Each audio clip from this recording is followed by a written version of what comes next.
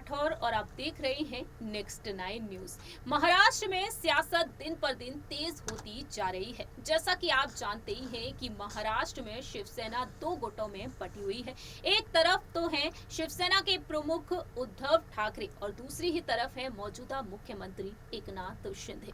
जैसा कि आप सभी जानते ही हैं कि बीते कुछ महीनों पहले ही शिवसेना के 40 विधायक बगावत कर बैठे अपने ही मालिक यानी कि उद्धव ठाकरे के साथ, और बगावत करने के बाद यहां पर देखने को मिला कि बीजेपी के समर्थन से नई सरकार बन गई। 29 जून की रात लाइव आकर उद्धव ठाकरे ने ऐलान कर दिया कि वह मुख्यमंत्री पद से इस्तीफा दे रहे हैं। लेकिन ठीक दूसरे ही दिन 30 जून के दिन मुख्यमंत्री के तौर पर शपथ ग्रहण की एकनाथ शिंदे ने और उप मुख्यमंत्री के तौर पर देवेंद्र फडणवीस ने शपथ ग्रहण की। अब ये नई सरकार लगातार विपक्ष के निशाने पर है। जी हां, एनसीपी, कांग्रेस और शिवसेना का गठबंधन, महाविकास अघाड़ी गठबंधन देखा जाए तो कहीं ना कहीं टूटने की कगार पर भी है, क्योंकि आपको बता दें कि एनसीपी के कुछ नेता भी शिंदे गुट में शामिल हुए हैं और उद्धव ठाकरे के गुट के नेता तो धीरे धीरे करके शिंदे गुट की तरफ रुख ही कर रहे हैं। लेकिन दूसरी ही तरफ यहाँ पर कांग्रेस के कुछ नेताओं को लेकर भी अलग अलग दावे किए जा रहे हैं। लेकिन इसी बीच यहाँ पर किस तरीके से अहम भूमिका निभाती हुई देखी जा रही है उद्धव ठाकरे की पत्नी रश्मि ठाकरे।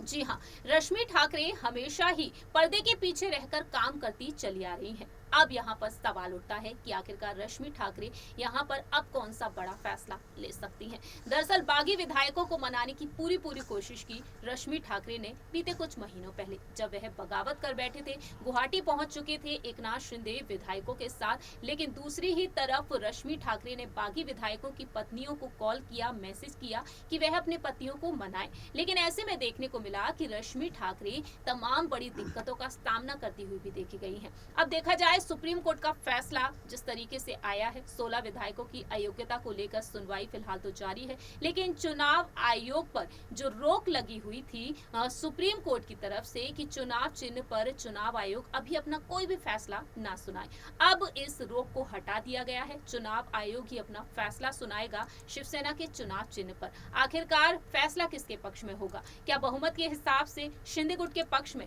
या फिर उद्धव ठाकरे को ये पार्टी विरासत में मिली है, या फिर ये चुनाव चिन्ह उनका ही रहेगा?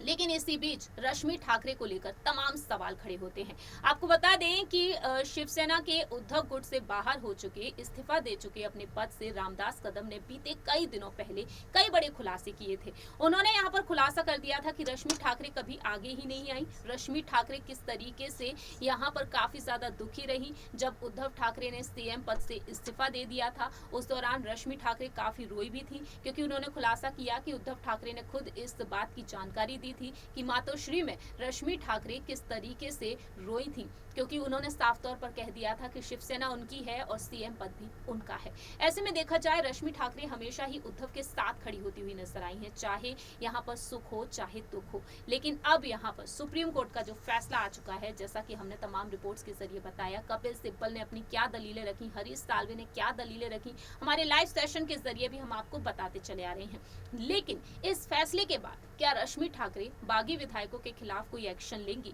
या फिर रश्मि ठाकरे उनसे मुलाकात करने की एक बार फिर से कोशिश करेंगी? क्योंकि ये सवाल उठना लाजमी है। आपको बता दें कि अब एक बार फिर से रश्मि ठाकरे बागी विधायकों की तरफ बढ़ती हुई नजर आ सकती हैं, क्योंकि शिवसेना एक तरीके से देखा जाए तो उद्धव ठाकरे बुरी तरह से बर्बाद होती हुई नजर आ रहे हैं। धीरे धीरे उनका गुट कमजोर पड़ता हुआ दिखाई दे रहा है। उन्होंने चुनौती दे दी है कि आने वाले समय में महाराष्ट्र में शिवसेना की ही सरकार बनेगी।